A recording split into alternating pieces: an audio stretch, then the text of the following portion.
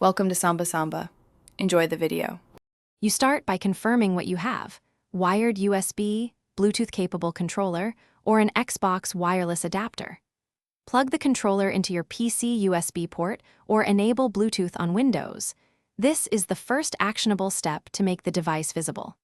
Once done, open Device Manager and the Xbox Accessories app to detect firmware needs, because outdated firmware blocks pairing. Make sure your PC drivers and Windows updates are current. This prevents common driver conflicts and speeds the rest. Now you perform the actual pairing, and the steps differ by method. For wired connection, plug the USB cable and let Windows install drivers automatically. You should see the controller in Devices.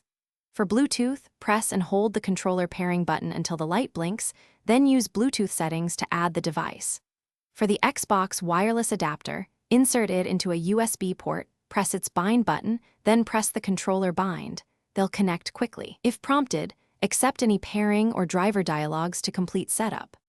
Finish by testing the controller in the Xbox app, game bar, or your favorite game. Verify buttons, sticks, and triggers respond. If something fails, restart the PC, try another USB port, or repair via Bluetooth or the adapter.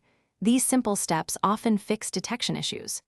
Make sure to open the Xbox Accessories app and apply any firmware updates, because that resolves compatibility or latency problems. One key troubleshooting tip: if pairing repeatedly fails, remove the device from Windows and redo the pairing sequence while close to the PC. Thanks for watching. Consider subscribing if we helped you.